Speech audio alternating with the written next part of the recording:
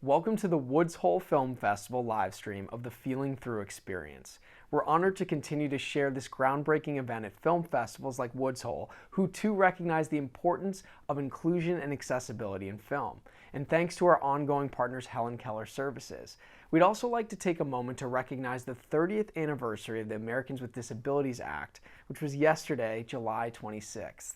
And thanks to all of you for joining us. We're going to get started really shortly, but in the meantime, feel free to use the chat box to introduce yourself, connect with other people who are watching, and let us know where you're tuning in from. So now we're going to roll the trailer for the Woods Hole Film Festival. So kids, what should we do today?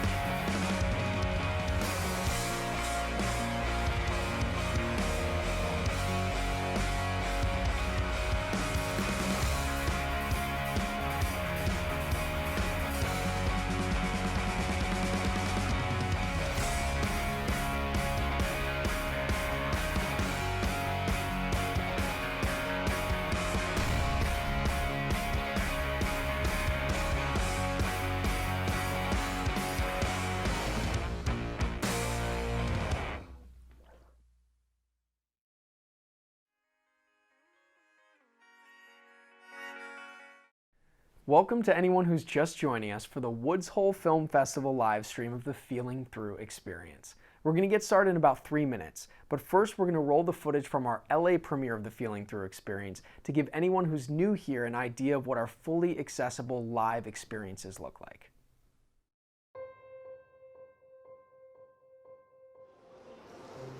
Over 300 people, including a lot of the local deafblind community, have come out for our LA premiere here at UCLA at the James Bridges Theater, hosted by the School Center for Social Impact Entertainment. We are very happy to have so many different communities here tonight to share in the Feeling Through experience, and that whatever you may take away from these great films and the conversation that follows, that you'll learn as we have how crucial accessibility is. Our accessible screenings include open captions, ASL interpreters, tactile interpreters, and audio description.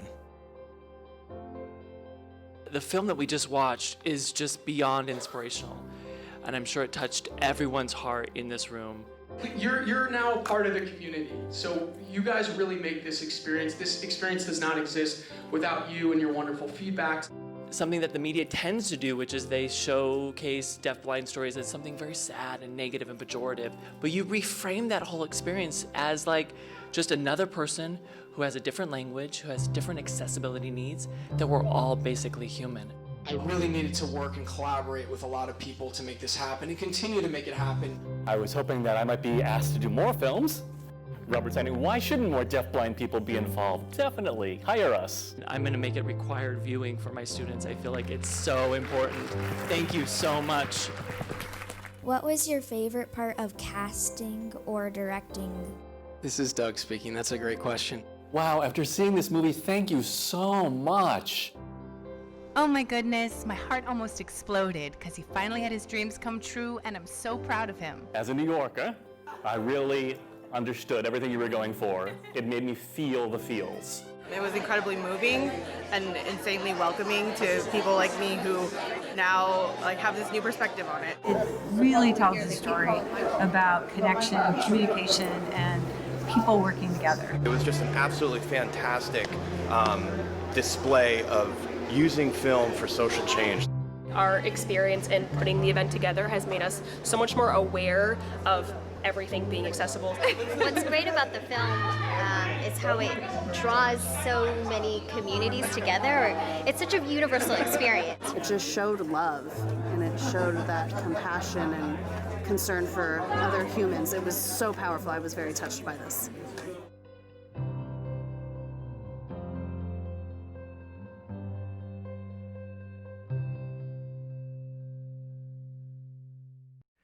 Okay, we're ready to get started. We're going to begin with Feeling Through, which is 18 minutes, then go right into the supporting documentary, which is 24 minutes, and then make sure you stick around because we're going to go straight into a live discussion and Q&A with some very special guests. We hope you enjoy the films.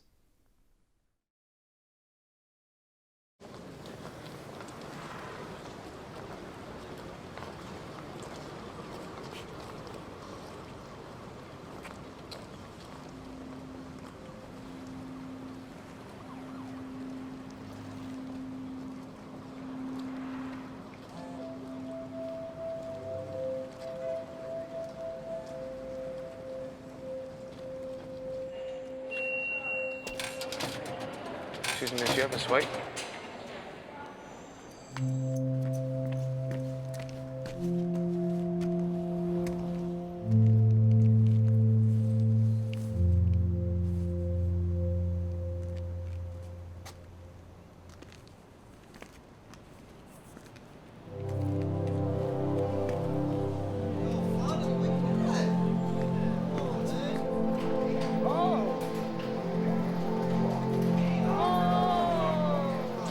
Give me the money, I'm stunting it out. I'm chilling it out. With my boy Tariq.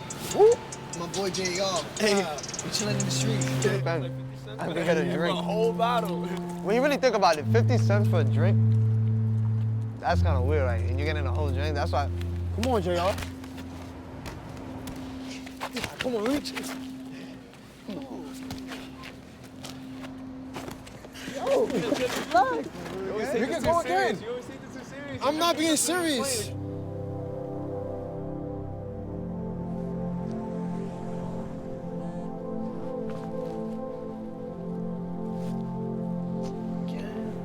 that?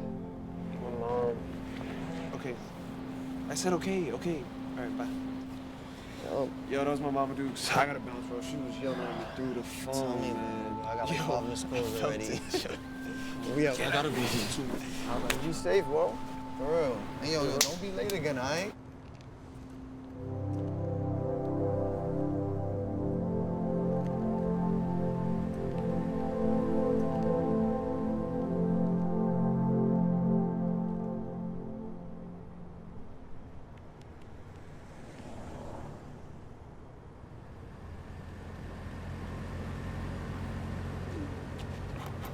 Excuse me, sir. Can you spare I ain't got nothing. Can you spare a quarter or a nickel? I said I ain't got nothing.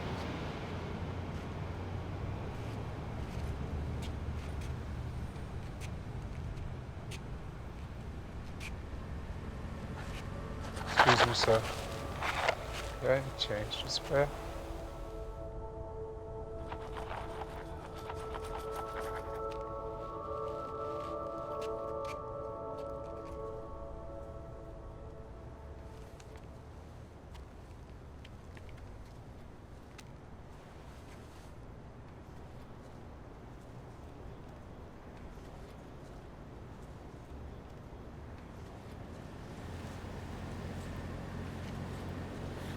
Hey, man.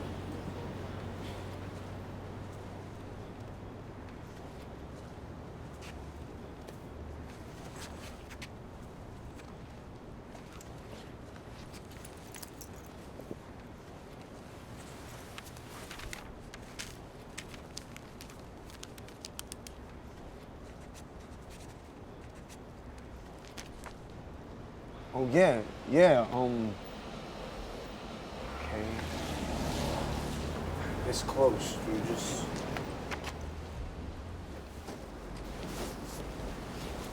It's close, right? Just walk this way, right?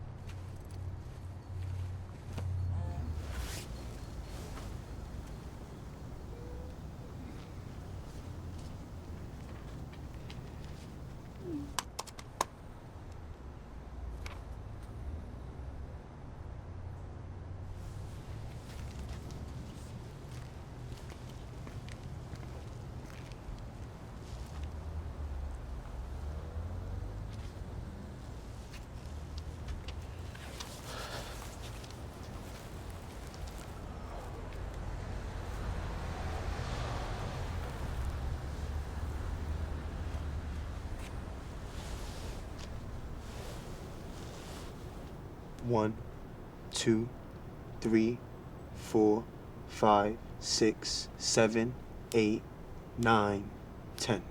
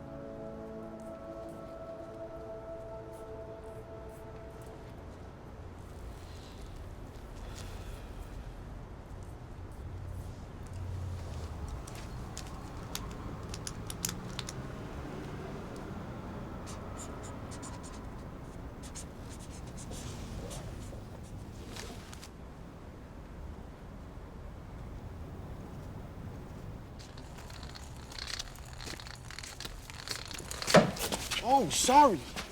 Hold on.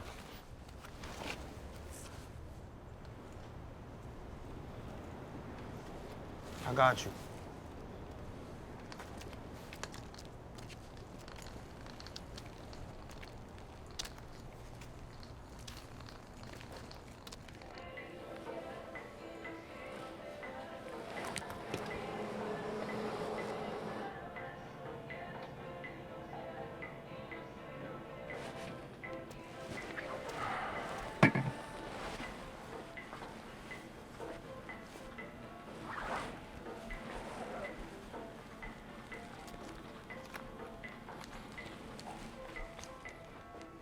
Can I get this too, please? Yes. Thank you. $3. Thank you.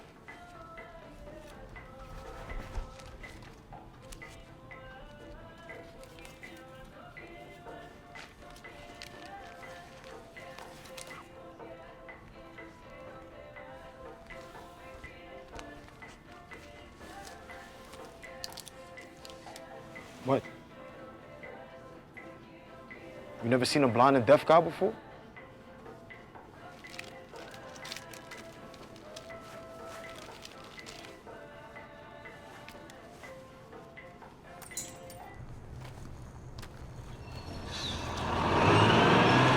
Wait, come on! Why I gotta get stuck with this?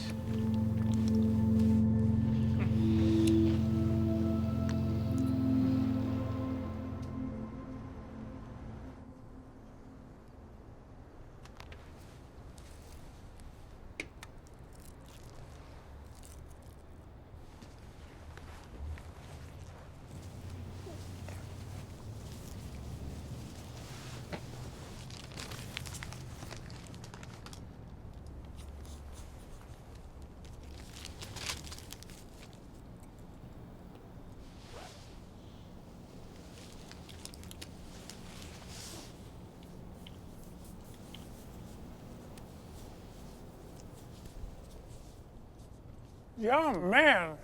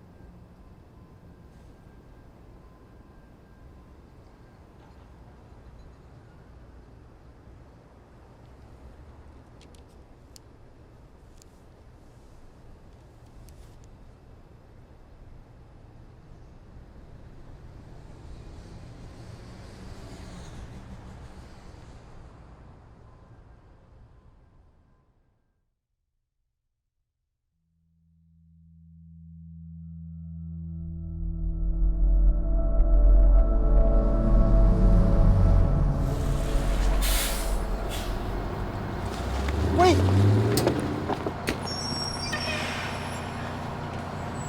Come on, Wayne, just a quick second for me.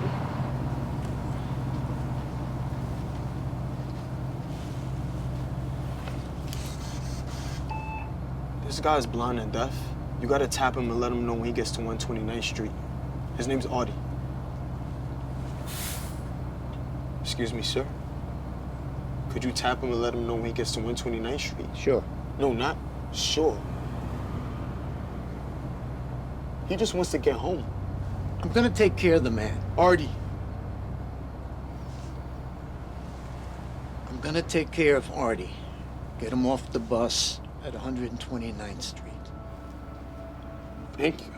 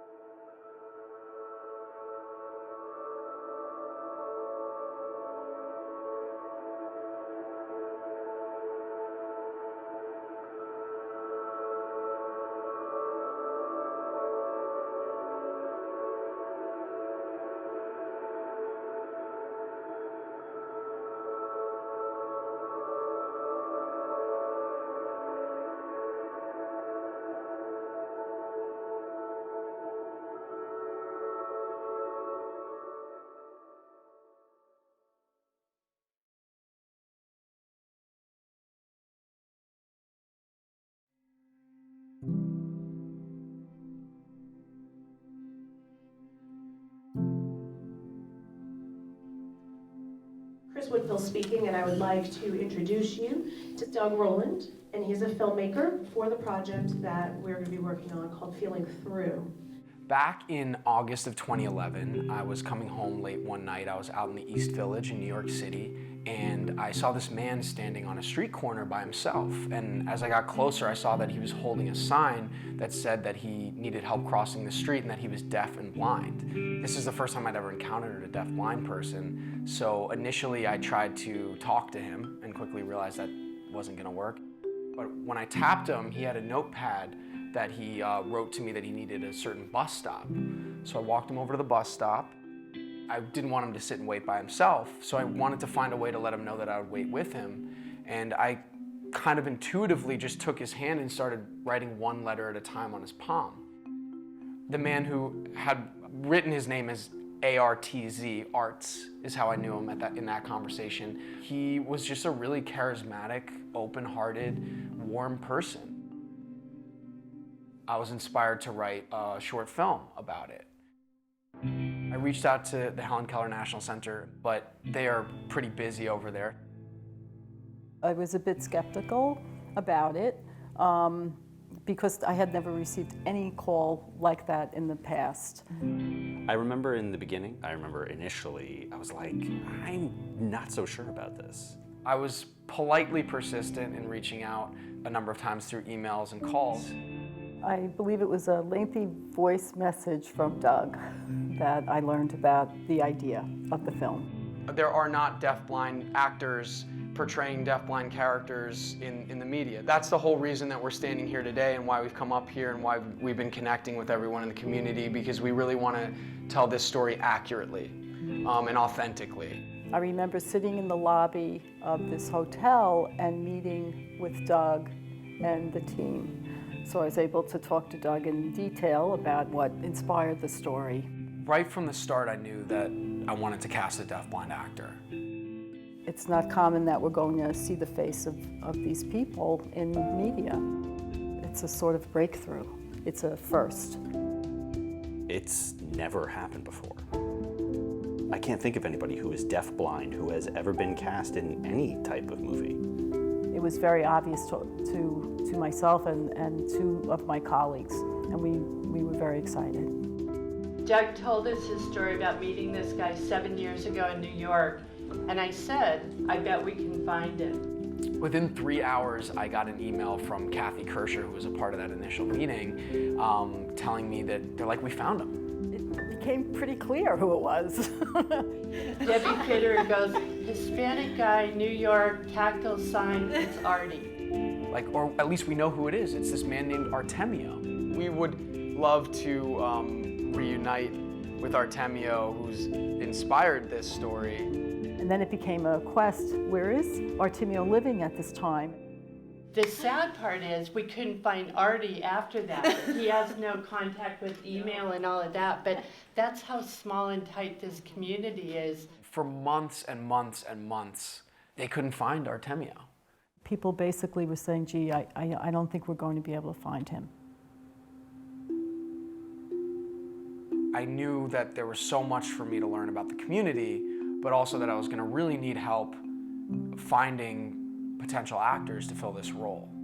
I remember starting to think in my mind of who could be potential candidates for Doug to interview. You can come sit here. So how would I encounter this person? Would it be just walking on the street, on the road? And that's initially how the other character meets him. So I'd love to just jump right in and get to know you a little bit more. In Carolina, I went to school for the deaf, and that's really where I learned how to sign and learned how to communicate. We'd be using 2 cameras to capture the scenes in a more nuanced and efficient way. Trying to figure out their communication style and their communication method so that I can interpret what's going on was challenging at times. Interpreting and translation are very different. And interpretation is always going to be an interpretation. Right. It's going to be me trying my best to get where you're at. Right. It's not a direct translation. There might be one word in English that I might have 8 different ways to sign it, based on all of the other words around it and what your intent is. So my goal is to interpret the meaning and the essence in the manner in which you convey it so that the deaf or deafblind person will understand it and be able to respond accordingly. At one point in the middle of the day, we had a little bit of a break between auditions. You know, we have options that that are not on the list. I don't know if this is good enough for you, but if you would like, if you want to meet with Robert, he works in our kitchen. We can pull him over here. Yeah, I'd love to. I think he might be a good candidate. Is it bad if I sit? I know you just got pulled in here, so I'll explain a little bit why we're here. We are making a movie. Oh, wait, who's going to be the actor? You? Oh, no, I know. I'm just joking. I'm just joking. It made me feel so excited. I was like, wait, are you serious? I'm auditioning for something? I don't, you know, you have to remember, I work from 10 to 6, Monday to Friday, so don't worry about that. We would excuse you from work. This is Robert. Are you sure? Yeah, yes, it's only for a few days. He's like, I just want to, because you know, if I'm a movie star, you know, I don't want to be in trouble with you, you know, and if I'm late, it's on you. He goes, don't worry about it, we will excuse you. But now I felt like this is my dream coming true, that I'm sitting here in this room auditioning for a movie. I'm getting so excited about this now. I love being on camera. Genuinely, the moment Robert walked in the room, I was like, this is our guy. So we were really, really excited to call up Robert shortly after and let him know that he'd gotten the role, and he was very excited. I just remember one day I was at work and my boss Dan came over to me. He's like, I'm on the phone right now. And he's like, Doug picked you. And I was like, oh my God, me? Really? Wow, I just couldn't believe it. I was thinking, I did it. I made it. I felt great for him. I was really excited. It was great to learn that he was the person selected. He's such a friendly, charismatic type of person. He's got a good soul. I was born deaf, but I had 20/20 vision. I thought about wanting to become an actor and meeting actors and wanting even to be an actor in a movie. Then at the age of about 30, 31, I started to lose my vision. And it became just so depressing to me. I thought there's no way that anyone would want to hire someone who was not only deaf, but deaf and blind to become an actor. I have no peripheral vision at all. I have like a tiny box of vision in front of me that I can see through. So his vision on a great day. It'd be this on top of this. Yeah. I mean, Artie is a completely deaf-blind person, whereas I am not. I'm deaf and legally blind, so it was a little bit different for me. We're the same, but we're not. So for me, I was trying to figure out how to play the part of Artie because he had no vision. I mean, who knows? In the future, I might lose all my vision, just like Artie. When we were casting, I don't know what it's going to be like getting you guys together yet and like actually working through it together. Do you have any tips to give me like when I first meet? I have a plan, but like I also like I have no idea. We'll have to figure it out. We'll just like see what it's like when we get moving. They have pretty unique elevators here. There's obviously a lot more buttons in here than most elevators. And you can keep your hand on the button so that when it gets to the floor, this will pop out and it lets you know that you're at your floor. I want him to meet Steven.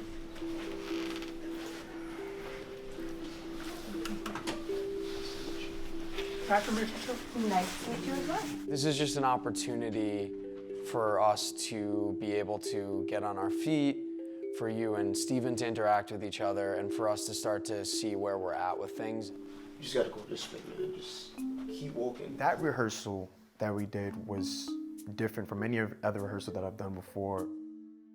I remember he came over to me, he tapped me, and he was trying to communicate with me, Tariq, and it was the first time. And he was like trying to guide me.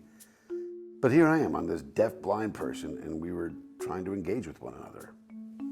It took a lot of just trusting each other, listening to each other. Even if it's a little awkward for you to do it, even if you wish you didn't have as many things in your hands, that's one of the obstacles that you still need to get past in order to communicate to them. And that first rehearsal was great It was to have Robert and Steven jump right into it, but it was also really scary as a director because I was like, oh man, I wish we had 20 more rehearsals because there's so much more we need to get through. I'm gonna go, sorry. I should have protected you. If I just leave you here, you're not gonna be able to get where you're going. I have an idea. Yeah. So why don't you Yeah. be Robert, Great. let Tariq be Tariq, and let him watch you? Perfect. I love that idea. People, I think, are probably more familiar with what is called TASL, which is Tactile American Sign Language, which is really just using regular visual sign language adapted to the hand. Haptics is it's just a way of touch communication that we use here at Helen Keller. So we might have just put our hand on Robert's shoulder, for example, to just mean hold or just to stop. But then there are also some people who might learn the print on palm method, where you actually take letters, use your index finger, and print them on the other person's palm of their hand. It was hard for me to actually use that type of communication because I'm not used to it. So it took me a while to understand what Tariq was trying to communicate to me on the palm of my hand. Yeah, I definitely came away from that first rehearsal pretty nervous. I was pretty sweaty by the time we got out of there and looking around at other people going like, is it hot here or is it just me? Because I know Dan's gonna get mad at me if I don't get you back to the cafeteria. It was really great to be able to work with the two of them. And it also, moreover though, it reaffirmed that we had cast the right people. So if you want to cross the street, say you can see her here, this will get you recognized faster. Right. And then when he's walking, he just needs to just move his cane. Yeah. Like that's all he needs to do. Great. You know, basically we're gonna be outside with like some natural light from street lights, but also like we're gonna be, most of the light that he's gonna feel on him is light that we're introducing. I actually have a lot of concerns with what he's going to be able to see from Exactly. us at night. It was in March of 2018 that we had that first meeting with HKNC, but it wasn't until November of that year that I got an email the day before we start shooting the film that we found Artemio, or we know where he lives. One of our former staff members had the opportunity to be at a forum, and at that forum was Artemio. So now it's the day before we start shooting and we have this address for Artemio. And I was like, well, invite him to set. Let's have him come. Like, you know, what better way to let him know what he's inspired to have him come down to set? I wasn't getting any Scene 9, take Whatever, two. it's Hey, fine. Mark. Let's just go. Let's just go. I remember the first time I was standing there on the set. They had to do my makeup, and I was like, oh, is that what movie stars do? Okay, I'm gonna sit in the seat and get my makeup done. No, I don't think so. I'm damn handsome. And Doug took me over to a storefront. And set. Action. We were shooting this film in November in New York City outside at night. So you have the obvious challenges that you might assume of it being quite cold a bunch of the days. I had to follow what Doug was telling me to do, and it was cold. And I had to focus on keeping my eyes focused and not act as if I was looking. And it was tough with the weather. You don't need to scan so much, but really, yeah. So just like, I'm scanning because I don't know where he is. Yeah, sure, So that was the scan, just, you know. Right, sure, of course. I think it helped to just provide Robert with a lot of the touch techniques. So giving him signals to indicate keep going or to indicate like the scene is going to be cut or to stop, I think really helped out in this situation. He was sticking it out. I thought Robert was about to like tap out, but he was like, nah. He said, no, I got this. Like, I just needed a quick breather, and he just got right back up and was like, yeah, we're gonna finish this. We're gonna do this. And when he did that, that just tidied me up, and I was like, yo, I could get through this too. Oh, sorry. It doesn't matter if I'm deaf and legally blind. I still felt like I could do it. Out ahead of time, how do we break off and create little settings where the interpreter is well lit enough so that him and Robert can communicate? So whoever was not actually interpreting at the moment would hold the light over Robert's shoulder so that the light wouldn't distract him. So it was coming from behind Robert so he wouldn't get any ambient glare, and he could actually see the interpreter. What is that? It's called a silent call pager. It's a very simple system. It's just one way. It either chimes or it vibrates. So when they're striking the lights, Yep. they're gonna do it and Robert will wear that. Amazing. Yeah, that's great. This is your part, so I'm just helping you find it, but it's your role to have. Take more ownership over it. Okay. There was a scene when I had to when he touches me and I kind of shift, I kind of flinch, my reflexes, and he was saying that, in real life, it's a sad thought that people in this world are afraid of, human connection. The point is just communicating. Doesn't matter how you communicate, whether it's through sign language or with pen and paper. There was a kinship that was building between us, and I believe that it showed on camera. There was something just magical just happening around everyone on set. Cut. That's a wrap. Woo! Had to let that out, sorry. So the shoot comes and goes, and we're not able to get in touch with Artemio. A couple days after Christmas of 2018, I was up at HKNC, and I was like, I'm gonna just go by his house and see what happens. We are in front of Artemio's house, about to knock on his door. To our knowledge, he does not know anything about this yet, so we're gonna go in there and do our best to explain why we're there so that we can finally be reunited with Artemio and let him know that he's inspired this film. Might have been better to do this during the daytime. Just realizing that. But it's dinner time, it's like an approachable hour. Hurdle number 1. Definitely don't want to hop the fence. That would not be a good start to this operation. By any chance have you ever seen anyone, if they have a son that's deaf and blind?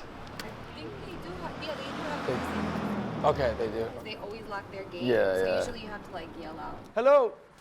Hello? I have a question. Hello. Is Artemio your son? Artemio. Yeah. Sí. Okay, so we're friends of the Helen Keller National Center. One moment. Yeah. Come on. Okay. He's coming. Oh, great. Sorry.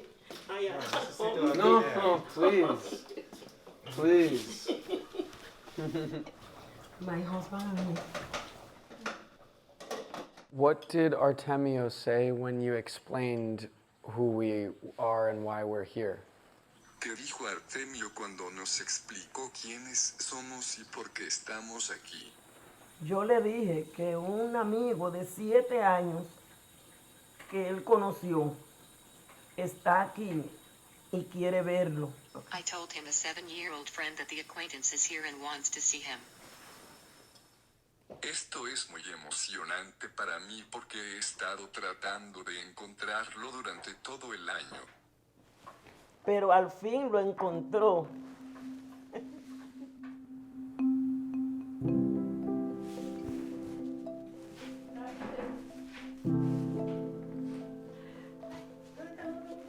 Mi nombre es Doug y te conocí hace 7 años en un rincón de la calle en el East Philly cuando necesitabas ayuda para encontrar una parada de autobús. Remember? You remember? Very quickly, we realized that the most efficient way for us to communicate was just like how we communicated when we first met each other. Are you an artist? Yes. Filmmaker. Do you want a fresh water? Sure. It had been at this point about 7.5 years exactly since the one and only time that I'd met him prior. But the instant he walked down the stairs, his appearance and his energy, it was very familiar. Surprisingly so. Over the course of this year in searching for him, I started building this rounded understanding of who Artemio was through all these other encounters that he'd had with other people.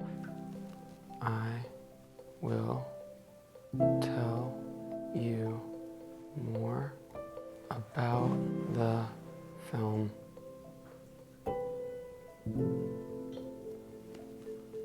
soon. It was great to be able to finally fill him in on this whole experience that he's inspired, but it was really just more than anything, just really great to see him again.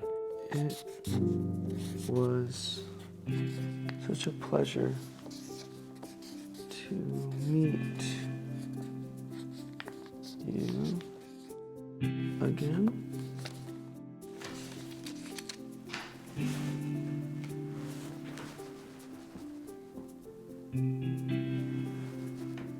So great to see you again. Doug had never even met a deafblind person in his entire life. Meeting me was his first time encountering a deafblind individual, and we ultimately became friends.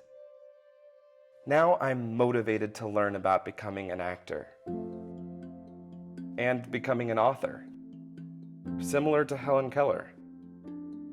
Robert being a part of this experience wasn't a challenge. It made it what it is. It was such an integral part of creating the environment that pervaded every moment of the shoot.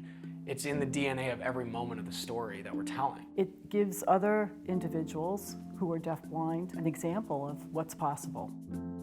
So it was a learning and humbling experience all around. I can do anything, just like your typical sighted person can do. It doesn't really matter who the people are. It's about that connection that two people can make. I hope to educate people through the film, so that's my hope for the future. And I hope that Doug, maybe, who knows, he'll give me a shot at doing part 2 of this movie.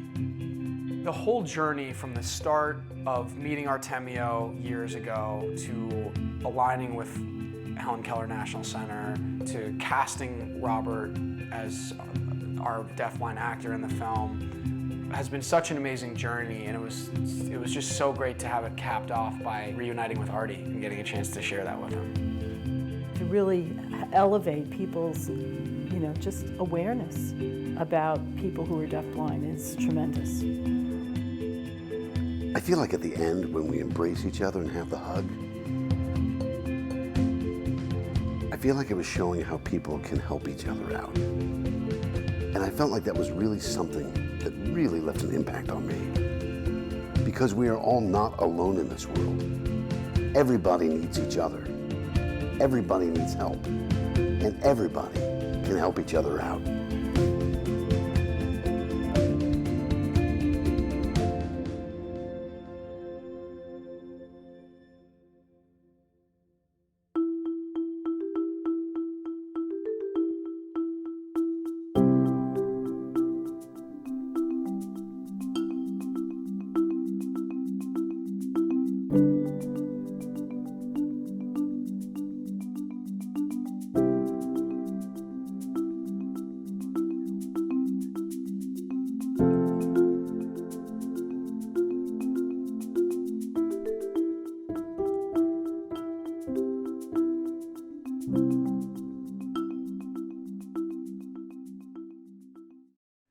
We hope you enjoyed the films. Now, let's get started with the live discussion and Q&A. Today, we're joined by Robert Tarango, one of the stars of Feeling Through, Brian Switzer, Assistive Technology Instructor at Perkins School for the Blind, and Commissioner David Darkangelo of the Massachusetts Commission for the Blind.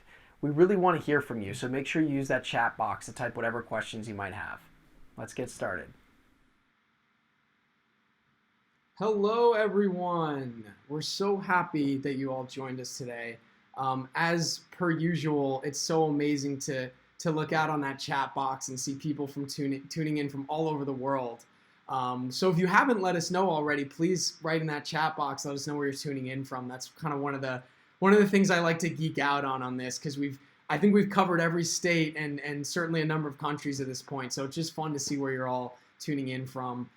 Thank you. I'm very excited in a moment to start this conversation with our panelists here. We have an amazing panel set up for today.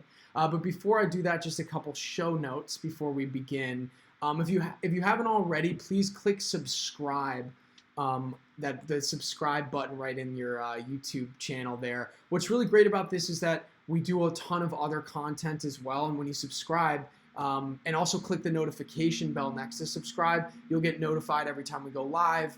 You'll get to join us not just for these experiences, but we also do a live stream every Friday at 11 a.m. Pacific time, 2 p.m. Eastern time, called Feeling Through Live. Brian, who's one of our guests today, has been on there, so has Robert. Commissioner, we'll have to have you on there as well soon. First, we'll get through this conversation. There's the thumbs up, love it.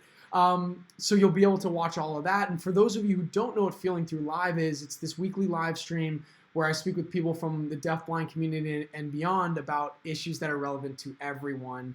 We've had some great conversations on there already, got a ton of great ones coming up. And also a great way to keep in the loop about everything we do is through our social media. So, follow us on Facebook, Instagram, Twitter, whatever your preference is. We're at Feeling Through on all the things, and that's a great way to find out about us.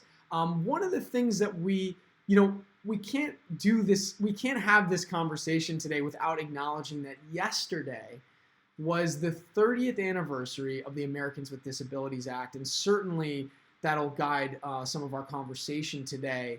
I'm gonna be going right into that topic in a moment, but I want to remind you all, feel free throughout this Q&A and this panel and Q&A to type whatever questions that you might have in the chat box. We'll be monitoring that throughout and certainly try to get to all of your questions. So without further ado, I want to actually start with Brian and Commissioner D'Arcangelo, because Robert, everyone just got a good chance to get very acquainted with you over the last 45 minutes or so. But for those of you who might be meeting Brian and Commissioner D'Arcangelo for the first time, I'd like for you to know a little bit more about these two really amazing people. So Brian, why don't we start with you? Some of you might have saw Brian on our last episode of Feeling Through Live, which was really great. And if you didn't see that, you can go back and watch that in any of our other episodes on our YouTube channel. But Brian, can you introduce yourself and tell everyone a little bit about yourself? Yeah, definitely. So my name's Brian Switzer. As Doug mentioned, I'm an assistive technology instructor in the Career Launch program at Perkins School for the Blind, one of the oldest school for the blind, the oldest school for the blind in the U.S.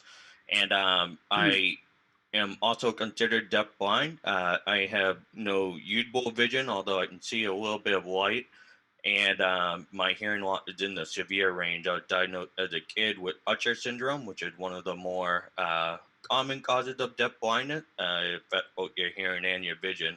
And so I'm really honored to be here to talk about some of my life experiences and obviously the ADA turning 30. And what an incredible moment.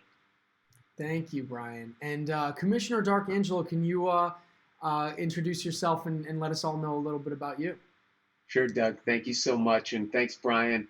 Thanks, Robert. Everybody who is involved here.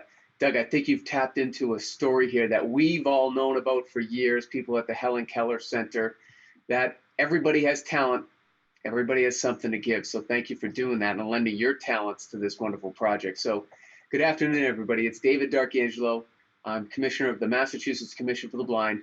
And I'm the latest commissioner, starting with, though, our three original commissioners, one of which was Helen Keller herself. So I take that very seriously, and we have a terrific history here at MCB that we try to live up to every day.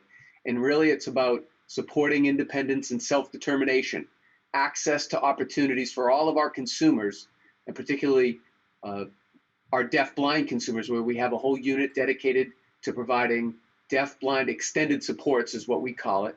And we work closely with the Helen Keller Center and have about 1,200 consumers that are deaf-blind all throughout Massachusetts. So working with them every day to try to meet their goals of independence and self-determination.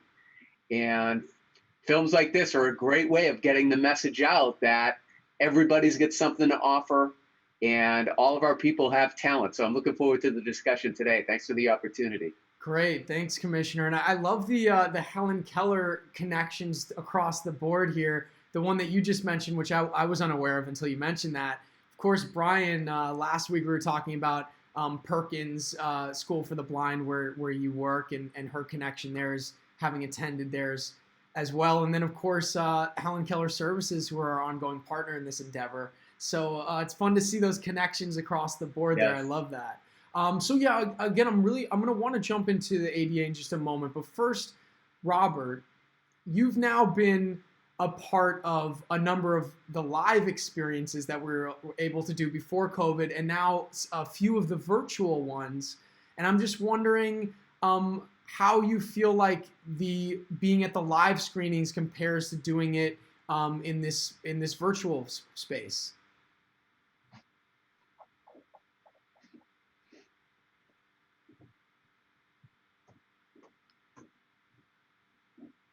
Well, I absolutely loved meeting deafblind people and people from all over. So doing that traveling and being in the field has been terrific. Now with COVID, I would say that I have gotten used to using Zoom as a platform, but I would say one of the things I truly miss is meeting different people. I love both being able to do Zoom and being able to do the virtual. I love the premieres and traveling, but I do absolutely miss the face-to-face meeting other people. Yeah, I can certainly relate to that. And I imagine you speak for all of us on this panel when you talk about how much we've been using Zoom lately. But certainly, one of the things I will add to that, and I definitely second that, but I think there's something that's been really amazing about the ways in which we can connect with some people we maybe wouldn't be able to connect with had we not been doing it virtually. And I saw someone pop up who's watching in Russia. I believe someone is joining us from Romania, and a number of other countries throughout the world. If you're watching from overseas somewhere and haven't let us know where yet, please do, because that's always fun to see. But now, again, moving into the anniversary of the Americans with Disabilities Act. Commissioner, I'd love for you to just start with, for those who are watching who maybe aren't familiar with it, can you just give a little bit of an overview of what it is to begin with?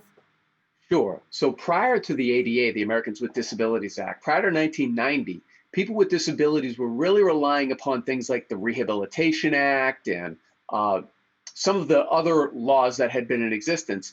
And while that was good for people regarding VR, vocational rehabilitation and work and things like that, it left out very other important aspects of life for people with disabilities. So the ADA, the Americans with Disabilities Act, has 5 titles, starting with employment, the role of state and local governments, public accommodations, Title 3, and then Title 4 for our deaf-blind users and deaf users, really important, with a lot of the communication access things in that.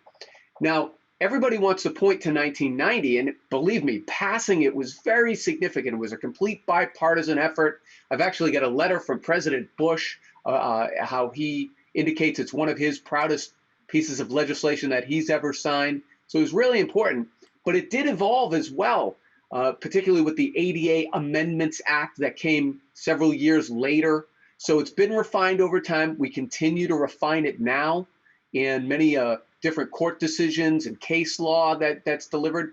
But make no mistake about it, the ADA is the preeminent federal civil rights law for people with disabilities and really ensures non-discrimination in workplaces, in places of public accommodation. And so it's just very important for not only people with disabilities, but America, our entire society, because I believe that everybody has something to give to America. Everybody has talent. Everybody has something to offer as this American experiment continues. So very important law, and we continue to try to improve. Thank you, and I definitely want to talk about those improvements in a moment. But first, I'd like to take it to Robert. Just to touch on what the commissioner was just talking about, everyone really having something valuable to offer. It's we found out during the making of this film that you are the first deafblind actor to star in a film. What do you think that means I love, please, Commissioner, please use that thumbs up as much as you like. I love seeing that pop up there. For those of you who are listening to this or with a Braille display, the Commissioner Dark Angelo has a thumbs up emoji on a piece of paper that he'll occasionally hold up in front of him that he's doing now to signify his approval of what's happening, and we encourage him to keep using that. But Thank you for the audio description, Doug. But again, back to Robert there. Robert, what do you think it means to other people in the deafblind community to see that you are the first deafblind actor to star in a film?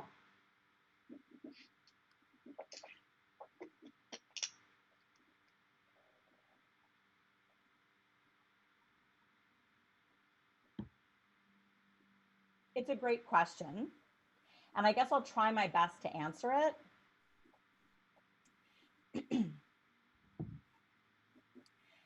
I think that hearing sighted people really don't get an opportunity to understand the lives of deafblind people. And as the first deafblind actor, as a lead, I think that it's probably surprising to many hearing sighted people that a deafblind actor could do that. I think it may bring those communities together because, of course, deafblind people know that already. We know that we can do it. We know that we have the capability and the talent, but it's about convincing the wider community to trust us that we can do it. I have always thought positively, and I continue to do so. And I think, yeah, why not? We can do it. Absolutely. And, certainly, something that just from being in the media space myself, something that has been really interesting to see over the last couple weeks around the 30th anniversary of the ADA was I was actually pleasantly surprised to see the coverage in media.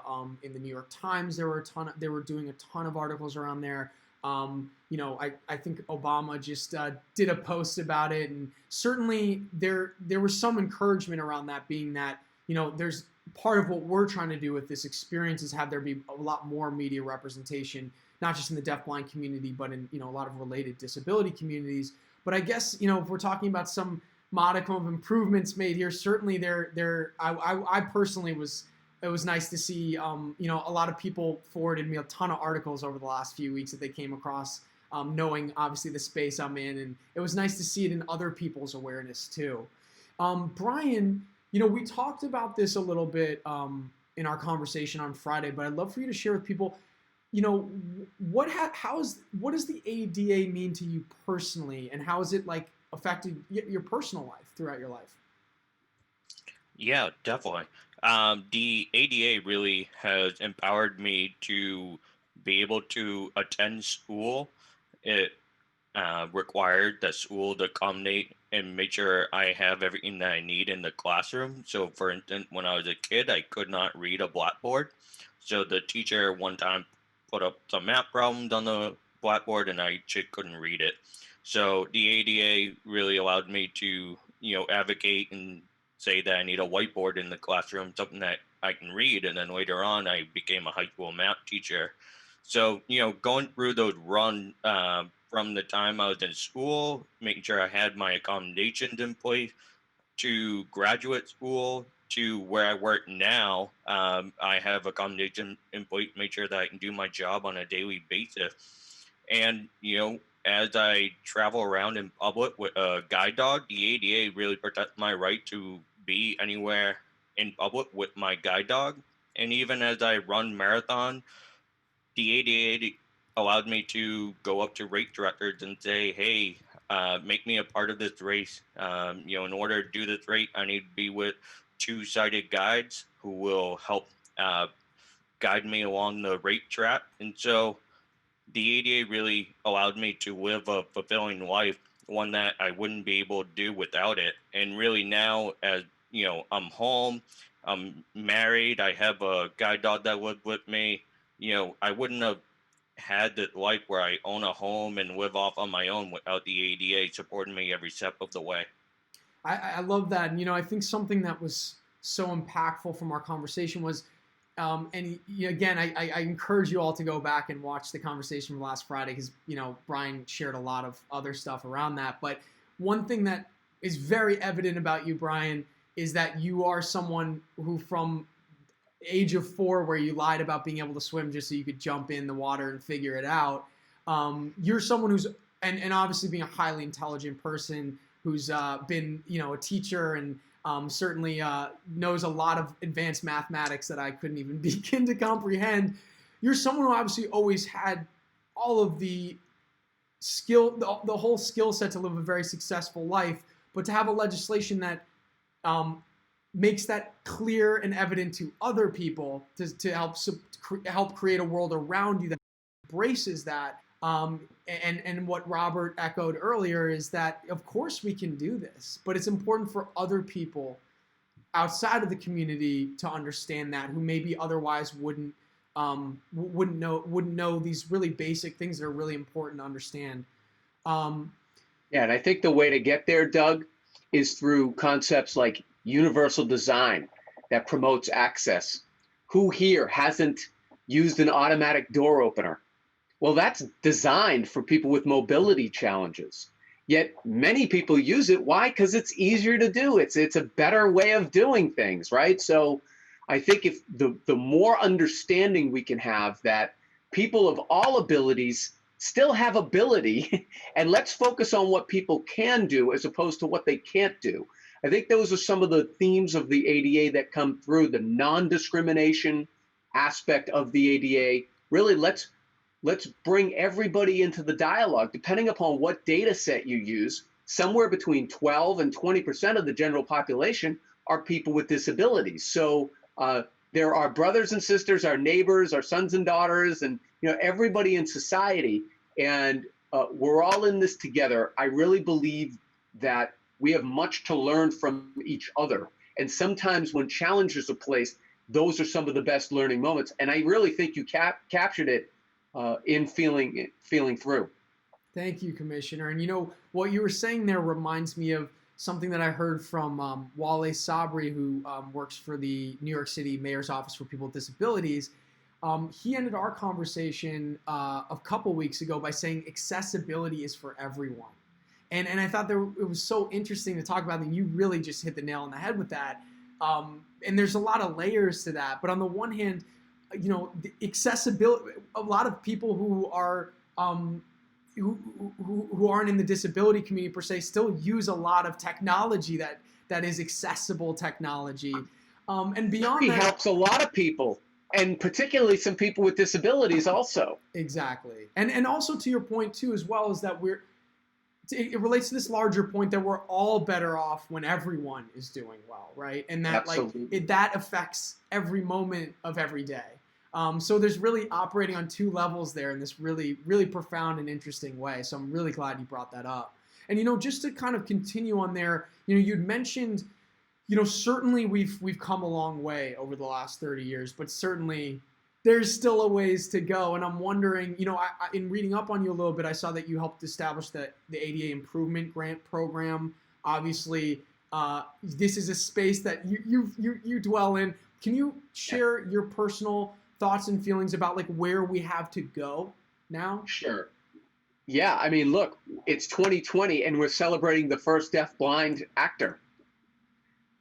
Certainly there's been people with the talent previously, but for whatever reason they weren't tapped into. It took a visionary like Doug here to come along. So thank you for doing that. And thank you, Robert and Artemio, for waiting for the bus, I guess, right? One night.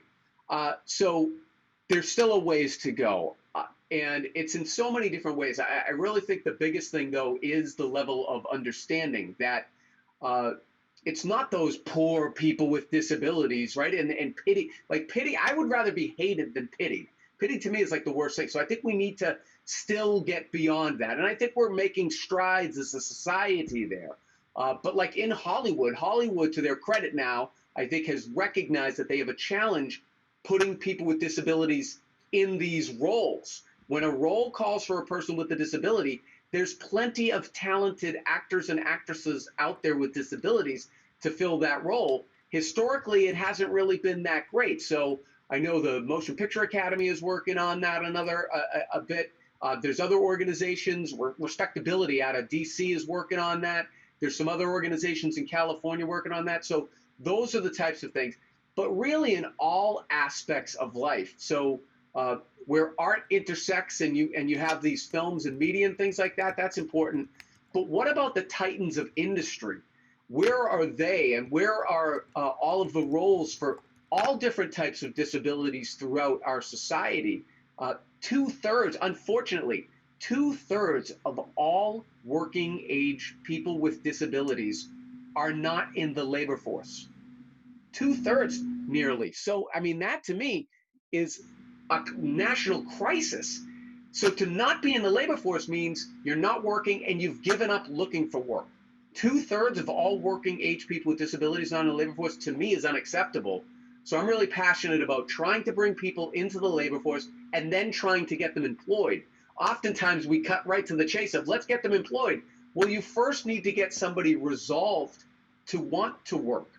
And encountering blindness, encountering deafness, and then encountering deafblindness, oftentimes there's real challenges there. So while we're talking about all of the wonderful empathetic human condition here and how wonderful the story is, let's not forget that it can be very challenging, particularly if there's an event where you're aging into these challenges or it's happening all of a sudden.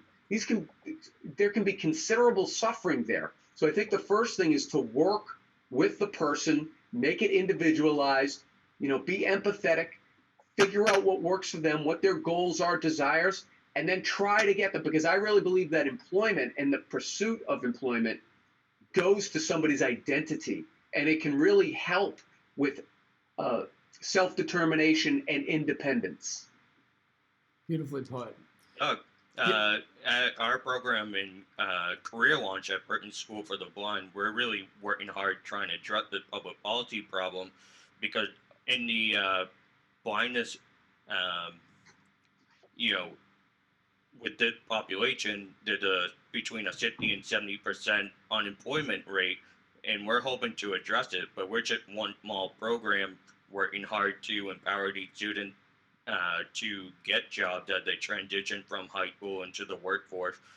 We specialize on 18 to 35-year-olds, and there's a lot of people who are currently unemployed who could be working, and there still remains a lot of barriers even with the ADA. For example, as I teach assistive technology to our students, there's still a lot of inaccessible technologies out there that unfortunately are assistive technology like screen readers and braille displays and magnification programs don't quite work because the website and the software isn't designed properly to be compatible with these other technologies. So as I try and push our students out there into the workforce and make sure that they have all their needs met, they're still facing some barriers as far as technology goes.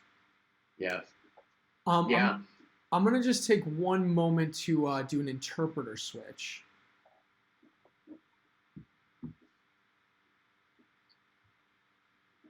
Okay, we're all set there. Are you good on your end? Excellent. Okay, great. Continuing. I want to stay on that topic, but I want to go to Robert for a second. We have a question from the audience. Susan asks, Robert, have you done any other films?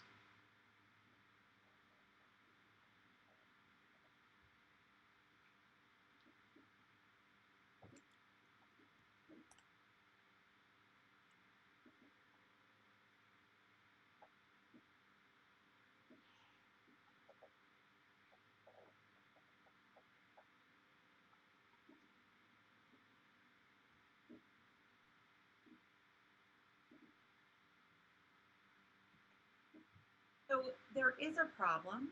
What we need are more deafblind actors. There are some deaf actors, but we need more deafblind actors, right?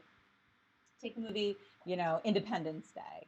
There might be a lot of extras or a lot of actual characters in a movie like that. But where are the deafblind actors, right? Not every role needs to be played as a hearing sighted role. So I think that, with the future means that we can take more deafblind actors and include them into the movies. And I, for one, would think that looks like an amazing future for us. Yeah, that's Very well put. And I believe it's 1 in 4 people in this country have a disability, and certainly that is not what we see represented on the screen. In fact, I know there's some entities that have more specific statistics on this, but I've seen it be as low as just a few % of characters that are even portrayed at all, and like portrayed as having a disability, let alone played by an actor with a disability. So certainly, as it's important to me as a storyteller, and I would hope for a lot, we want to see our stories on the screen reflect the lives and the worlds that we live in. And certainly, like you're saying, Robert, that's not currently happening right now, and is certainly a space in which we have room for improvement. And that leads very well into Laura Benj from HKNC. Hello, Laura. Thanks for tuning in.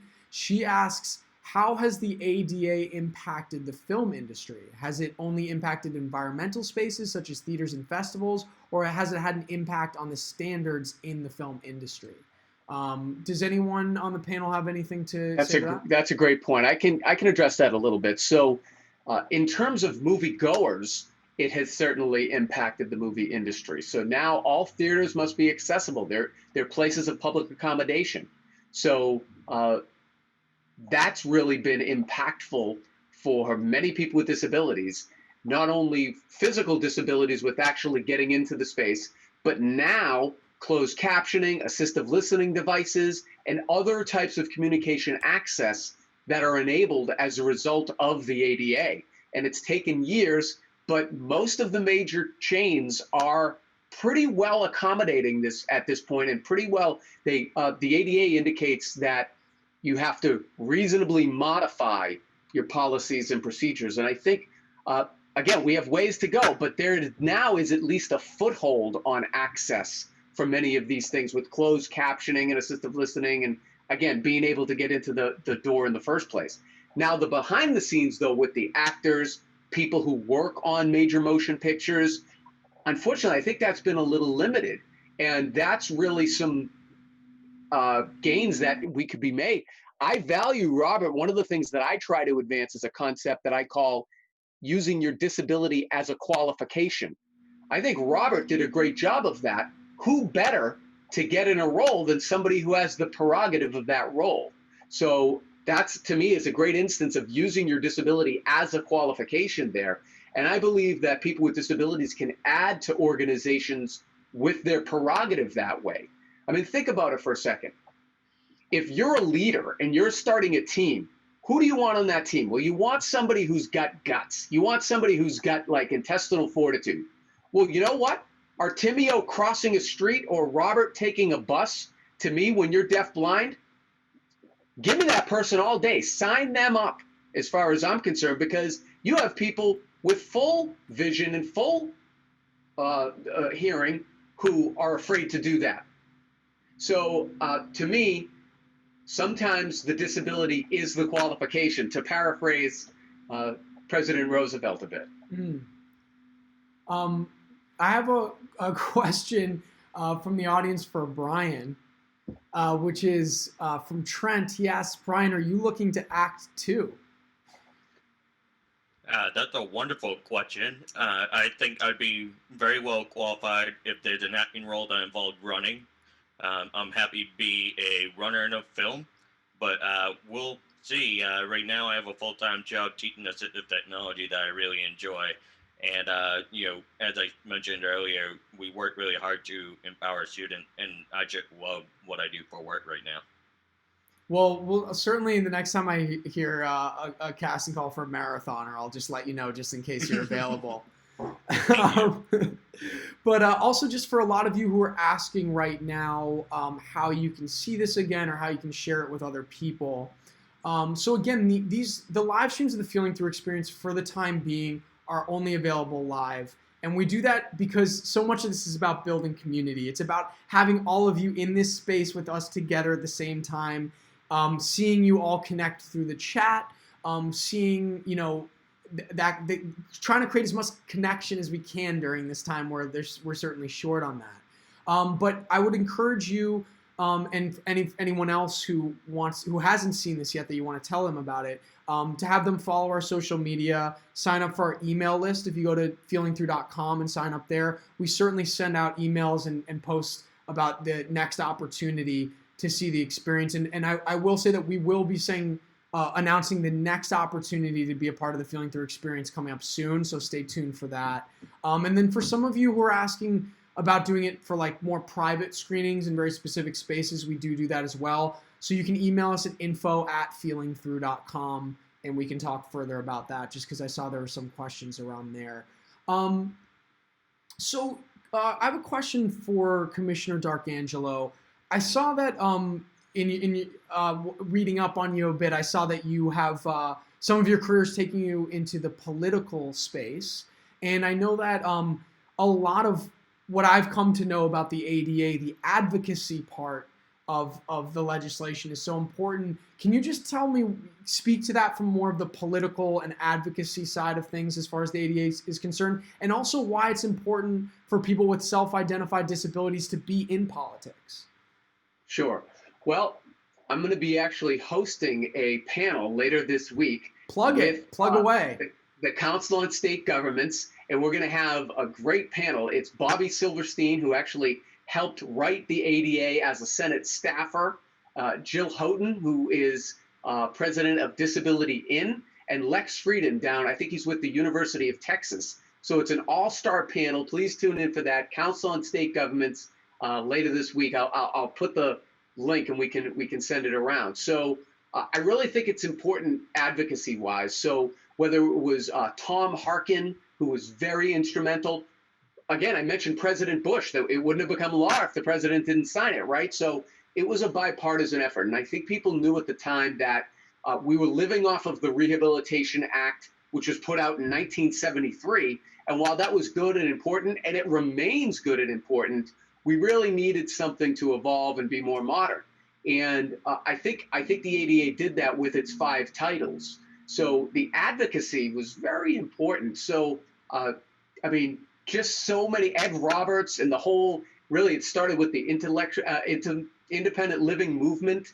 And then it really grew from there in various prevalence types, and then blind and deaf and all of the other people with disability types really came into the dialogue as well. So it takes a village, and I think that's what happened. And it remains that way, Doug, because the work is not done. So ADA is very important. I don't want to undersell it. And the Amendments Act is very important. But then subsequently, we've had things like the Work Investment Opportunity Act, WIOA, a very important law in terms of getting people focused on employment. And in there is PREETs, pre-employment transition services for youth with disabilities, to try to get them on the path to employment. I really have a saying that I want to try to make sure gets through to all of you. And with all people with disabilities, I really think that you need to persevere. And so many success stories like Robert and Artie and everybody else on here, Brian, have exemplified that perseverance. And I really believe that the path to prosperity is paved by perseverance.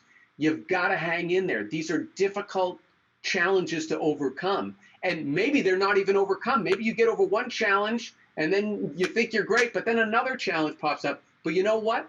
That's life.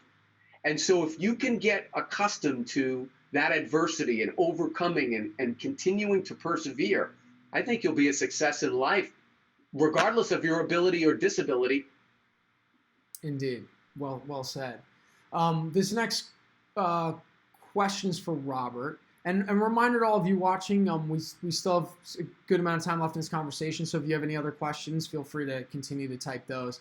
This question comes from Alana, and Alana asks Robert, she says, I found out recently 95% of disabled characters in film and TV are played by able-bodied actors. How can we advocate to improve that? Question.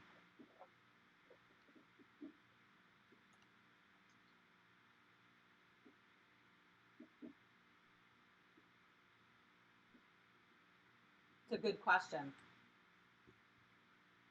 And I absolutely hope that we'll see more actors in the future. Once again, I have a really positive outlook. I think that we can work hard if we continue to look into the future and keep working at it. One of the things that's really important is that we don't give up, and that when there are barriers, that we continue to work, because eventually we are going to be hired. So for right, as an example, we have this ADA. We're not just going to forget it. We're not just going to forget about the ADA. The ADA is there to stay, and we need to use it to our advantage. So this is important. We need to remain optimistic until more deafblind people are acting in roles in film and on television. And I'd say the most important thing is that we keep going and remain positive. And kind of another question from the audience that's related to that. It's from Kat Graham, and Kat is actually an old friend of mine, so very nice to see your name pop up there. Kat asks, she says, casting the first deafblind actor was clearly an incredibly important first in the arts. What first would you guys like to see next in the arts? Does anyone have an answer to that? Anything specifically that has not happened yet that's a first waiting to happen? Well, I do know of one first that happened recently with, I previously had the privilege of running the state's Office on Disability. The prior director, her daughter actually wrote the screenplay for a film that was nominated for Best Picture. So, and she was a person with a disability. So I think that's significant. So I think the next thing to me would be these producers, these directors, these screenplays, really so that it's pervasive throughout the whole film industry. Obviously, actors, behind the scenes talent, cinematographers and key grips, and really everybody on a set. Because it takes, Doug, you will attest that, I have a little bit of entertainment in my family. My sister and brother-in-law own an entertainment management company, and I've been agents and managers, so I've been on sets. But you know as well, Doug, probably better than me, how many people it takes to put together a production. Dozens or hundreds, depending upon the production. Those are all good jobs. Those are all jobs that require talent, that our people probably have that talent. It's just a matter of getting them access to that opportunity. Absolutely. And, just to speak on firsts, within the feeling through world, some firsts that we'd like to champion. Well, firstly, we would like to continue the first deafblind actor first by having there be the first deafblind actor in a feature film. So that will certainly be the next goal. We continue to work toward the feature film version of Feeling Through. And certainly I imagine a more extended documentary that could follow that. So that's a first for us. And, something as well that speaks very much to Commissioner, what you were just talking about. We, one of my longer term goals too, and something that I've been working with and speaking with Helen Keller Services about, and some of the grant opportunities that we are seeking in the future pertain to, would be having the infrastructure for more people in the disability community to be able to tell their own stories in media.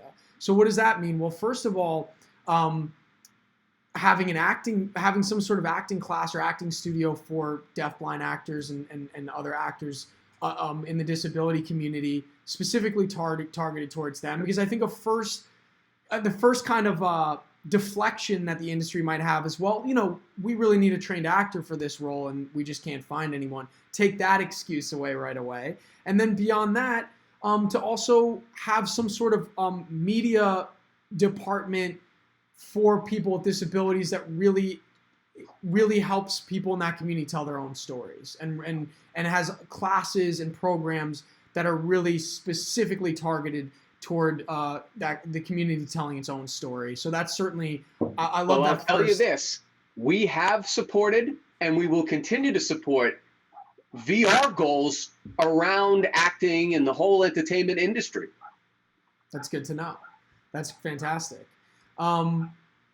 So continuing on here, I have a question for you, Commissioner, from my mother, who is very good at always making sure she finds a way to ask a question. Thank you, Judy.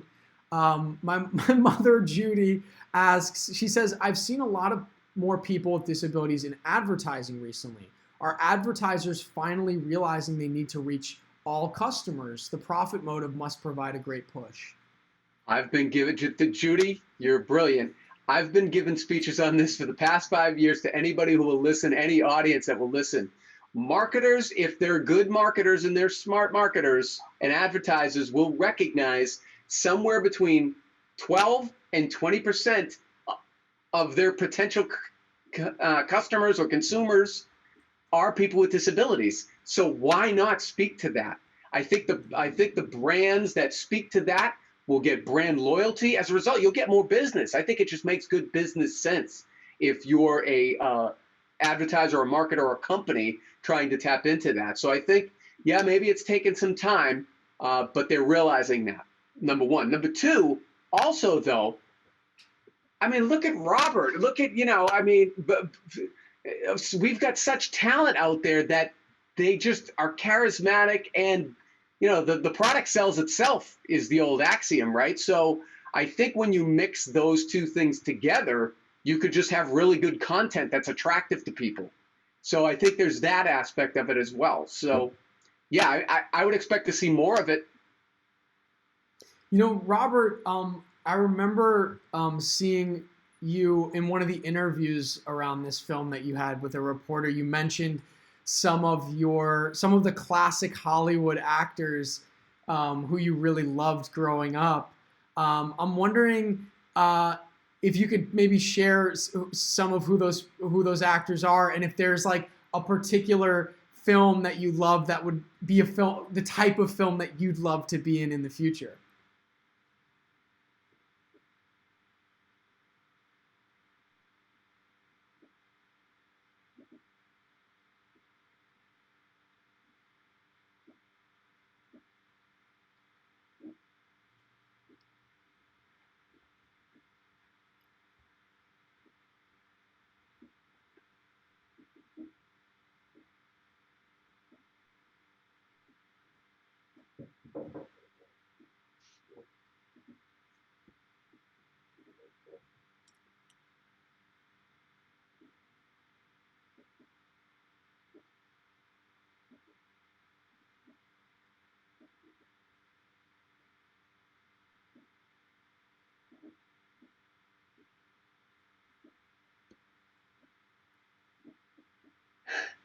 So,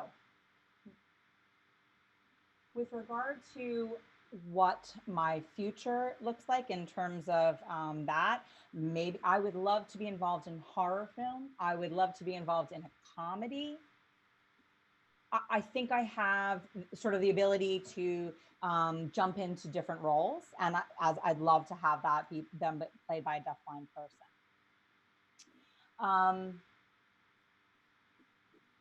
And I would also love to be able to include many different people in one film.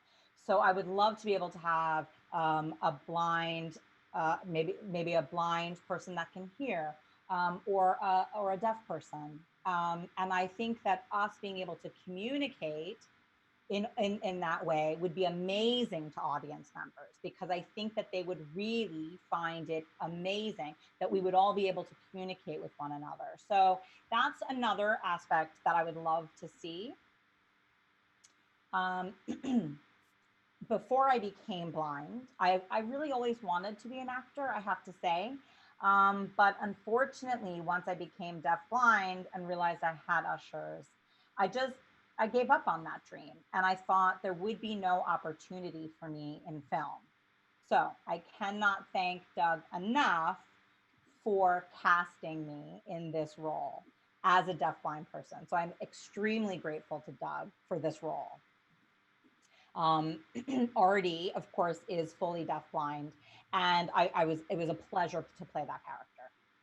Well, now, Robert, my mind can't help but go to some sort of horror comedy mashup that stars you. So maybe we'll have to talk about that at some other time. But thank you for those kind words, Robert. And back to, I think it's a observation that pertains to the part of the discussion we were having about advertisers.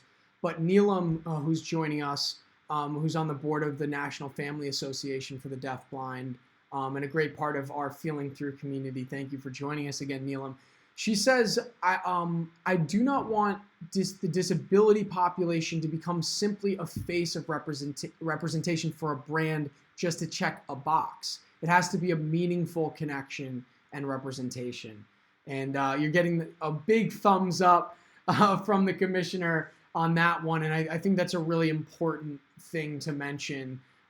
Certainly, I think the arts are a great way of driving home the meaningful connection. I know sometimes advertisers couldn't care less as long as it equals dollars and cents. So the change isn't necessarily going to happen there. It might be just more of a reflection of change in other spaces, but certainly your point is very well taken. Company can do more by hiring people with disability in their own workplace. That really shows that they're committed to the population beyond just putting them on a boat. They're really committed to making sure that they have an equal education and that they're empowered and employed and able to that they value them as employees. So well put, Brian. And you know what that makes me think of, and I'm wondering how you feel about this specifically. I don't know if you've come across this, but I know that a commercial that I've seen playing a lot recently is an Amazon commercial with a deaf employee who's signing. So on the one hand, it's kind of bridging the gap between these two comments, because on the one hand, they are showcasing an employee with a disability in that case. On the other hand, knowing the reputation of Amazon, it really is hard to feel like they're not just trying to use that as a tactic, right? How do you feel about that personally in that specific anecdote there? Amazon is trying their best. They recently made their software program accessible to remote office workers so that people who are blind or visually impaired can work in their customer service field. And I think that's a great step forward. I'd like to see other companies do that and Amazon, do more. There's always more to be done. And I've heard of, I think there's multiple Starbucks locations now where the primary language in the store is ASL, which is a very, and I think that's something too, like, again, just to praise that specific initiative. I don't know enough about those individual corporations to speak on them as a whole, but what I love so much about that is, in that one instance at least, it's taking quote unquote inclusion to the next step without it being a place that like has people who sign, have that be like the primary language there. I think is something that not only is a really beautiful thing for people who that's their first language to walk into that space and feel like the primary group catered to there, but for other people who maybe don't know anyone who signs or that's foreign to them, to try that on for size and see what it feels like to be, if you will, a minority, right, in a space for once and kind of feel what that feels like.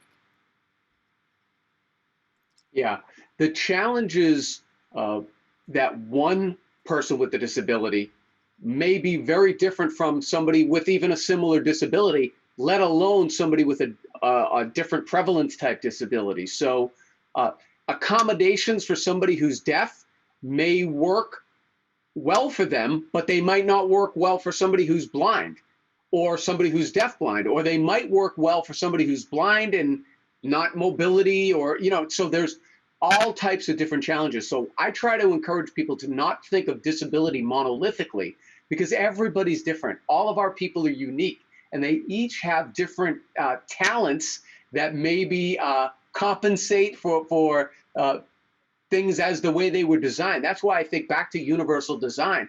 The closer we can get to universally designed services and programs, devices, equipment, things like that, the better off we'll be, because really that helps level the playing field. And look at what's happened now during the current coronavirus situation, where now we're all online. Had that not happened, maybe we wouldn't be online. Maybe together we'd be in an auditorium somewhere. But now we're online together, and that, to an extent, has helped level the playing field for some people with disabilities. And in other instances, it's made it more challenging for other people with disabilities. So I think it's important not to think monolithically, but rather consider everybody as an individual, and everybody has their own talents and challenges and opportunities. Yeah, and hopefully that kind of thinking combined with further advances in technology will make that something that becomes easier and easier to implement. Certainly, we've seen some real leaps. If it was easy, it would be done by now. Yeah, well, perhaps. But yeah, certainly something that at least there are new options provided on a regular basis to kind of further that journey. Certainly the advocacy around it is important to continue to have that be something that's a quote worthwhile space to invest in, right, for people. Well, that's institutionalized way of thinking, institutional workshops, institutional healthcare. So now it's community-based, which is a good thing, which really opens it up. So it makes people part of the community. And I think now, even in education, children growing up today will have people with disabilities more integrated so that it's more commonplace. And so I think the future for people with disabilities on the whole looks bright with more acceptance. I really believe that. Question for Robert. Robert, are there certain areas or aspects in your life, in your day-to-day life, where you'd like to see advancements in accessibility for you personally?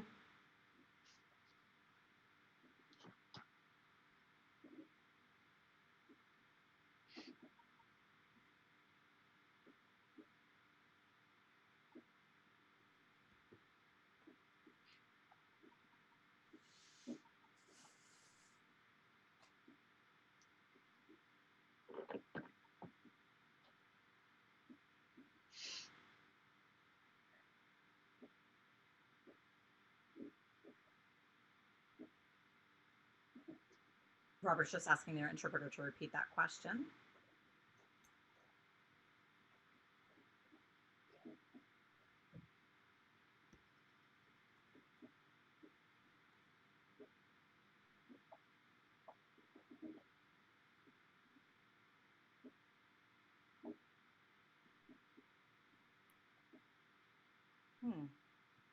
That's a tough question for me to answer, honestly.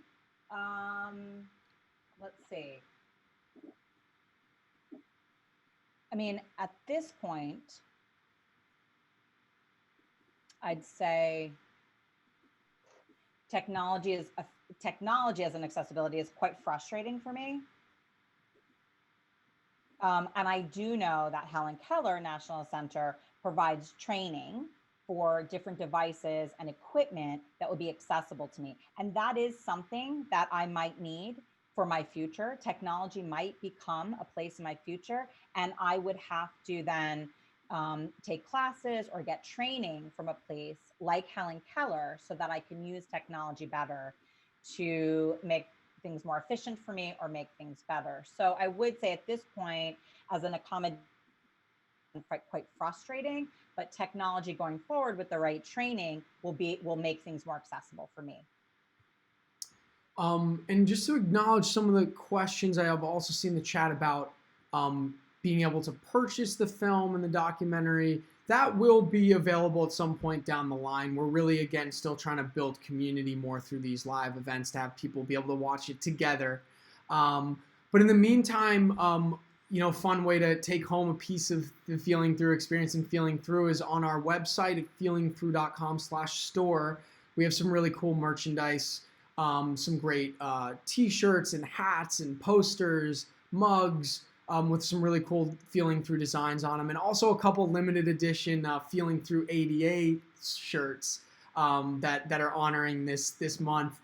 So feel free to head over there. The proceeds go to supporting Helen Keller Services and future Feeling Through experiences as well. A portion of the proceeds directly to this Helen Keller Services and the rest to future Feeling Through experiences. So it's a way to get some cool gear and also support what we're doing here. Also, because some people have asked in the past, if you also don't need any more stuff but want to donate, we do have a donate button on the website, so feel free to donate directly there. But just in the last couple minutes here that we have in our conversation, I'd love to just pose the question, starting with the commissioner. For those sitting at home right now wondering, what like actionable thing can I do on my end to help further, a lot of what's been talked about today? What might you say to those people? I would say find a way to be able to access opportunities for people with disabilities. If you are a manager, you can hire people, you can intern people, you can mentor people. There's all those types of things for employment. There's simple things like that was almost depicted in the film. There's plenty of volunteer opportunities, whether it be with public organizations or private organizations. There's plenty of things to do. That you want to join a radio reading service and read to people who are blind. You want to do, there's plenty of opportunities out there. So it's just really find them and give access to opportunities. Don't just give people things with no, here, just have it. No, giveaways. No, give them access to an opportunity. Just crack the door open, and 9 times out of 10, they'll be the ones to push the door open. And Brian, what would you have to say about that topic?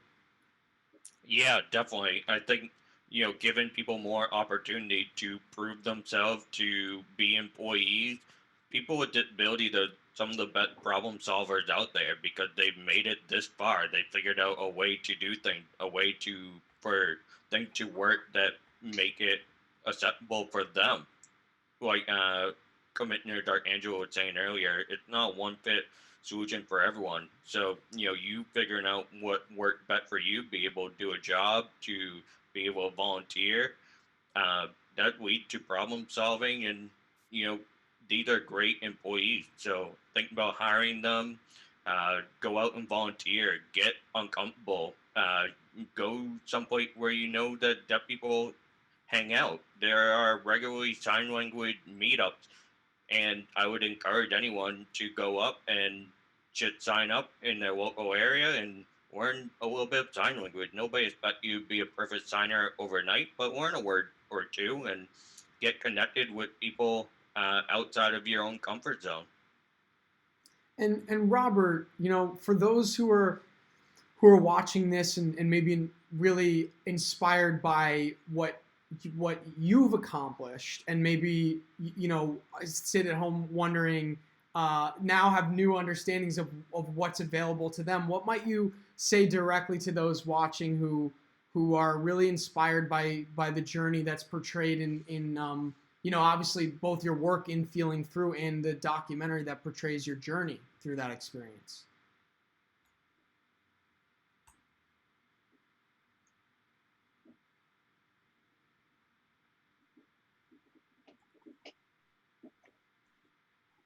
Well, if people see me act, it absolutely warms my heart when people know that, and I can't be more proud of the fact that I am the first deafblind person in that role. But this isn't where it ends, right? This is just the beginning. So I want I want to continue, and I want our community to continue. I mean, of course, who doesn't love signing an autograph? And so when I see people and they recognize me, I'm thrilled. It's exciting. But I would say that I want to continue with my goal, and I would love for more deafblind people to be part of the industry.